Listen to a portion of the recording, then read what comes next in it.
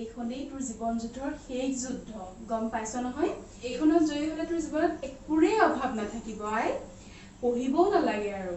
মানে পঢ়িবি ইয়াৰ পিছত তো কোনেও ৰিজাল্টৰ কথা নুসুধে কিন্তু এইটো ৰিজাল্টৰ কথা তোৰ ঘৰৰ সকলোৱে সুধিব আমাক গোটেই গাঁওখনে সুধিব আনকি তোৰ বাতৰুৱাও তোক এৰি নিদিয়ে গম পাইছ নাই বাপেৰৰ নাকটো ৰাখিবি গতিকে তই পঢ়িবি দে ভালকে পঢ়িবি মনোযোগেৰে পঢ়িবি তই ভালকে পঢ় পঢ় মা ভালকে পঢ়িম তুমি চিন্তা নকৰিবা মই ভালকে পঢ়ি দেখাম ঠিক আছে গোটেই বছৰটো পঢ়ি 94% হে পালি বৰুৱাৰ জিয়া কলে চা 94.5% পাইছে বুজি পাইছ নে নাই 94.5 0.5% হে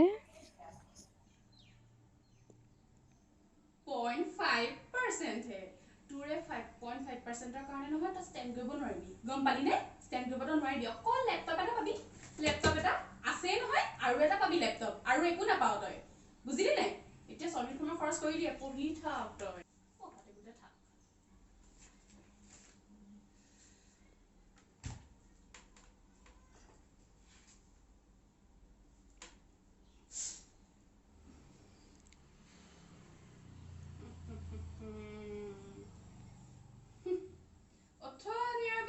হামিয়া টাইমবোৰ পাছ কৰি আছো আৰু ন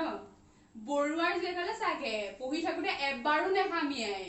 গম পালি নে এবাৰো নেহামিয়াই নিষ্ঠা আছে তাই পঢ়াৰ প্ৰতি আমাৰ এই হামিয়া হিকটিয়া কেনেকে টাইমবোৰ পাছ কৰো অকল হেবোৰ ঠাণ্ডা এই ছোৱালীজনী এই নিগমে ফেল কৰিব এই পাছটো কৰিব নোৱাৰে এই নিগমে ফেল মই কৈ থলো আজি কি নাপাবি ফেইলে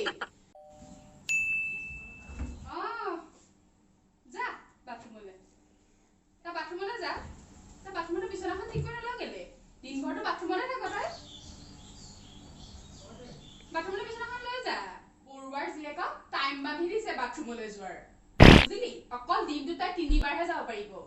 ৰাতিপুৱা ভাত খাই দুপৰীয়া ভাত খাই আৰু ৰাতি ভাত খাই তোকো তেনেকুৱা টাইম এটাকে মাতি দিব লাগিব খালি বাথৰুম যাব হেল্ল' অ ৰতন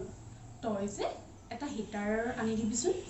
মই কালি দোকানত চাইয়ে আহিছিলোঁ তই আজি হিটাৰ এটা আনি দিবি ৰুম হিটাৰ এটা এই নহয় ছোৱালীজনীয়ে ৰাতি পঢ়ি থাকে গম পাইছ নাই এই ছোৱালীজনীৰ কাৰণে দৰকাৰ ঠাণ্ডাখনত তাই কেঁকুৰি পঢ়ি থাকে ৰাতিটো নুশুৱেই নহয় তাই 3:30 4টালৈকেতো পঢ়েই মই উঠি পেলাইহে তাইক মই শুবলৈ দিওঁ ৰাতিটো পঢ়িয়ে থাকে গোটেই ৰাতিটো ঠাণ্ডা পায় ছোৱালীজনীয়ে তই হিটাৰ এটা দি থৈ যাবি ৰুম হিটাৰ এটা হ'ব দে পইচাটো পাই যাবি তই দি দিবি খালি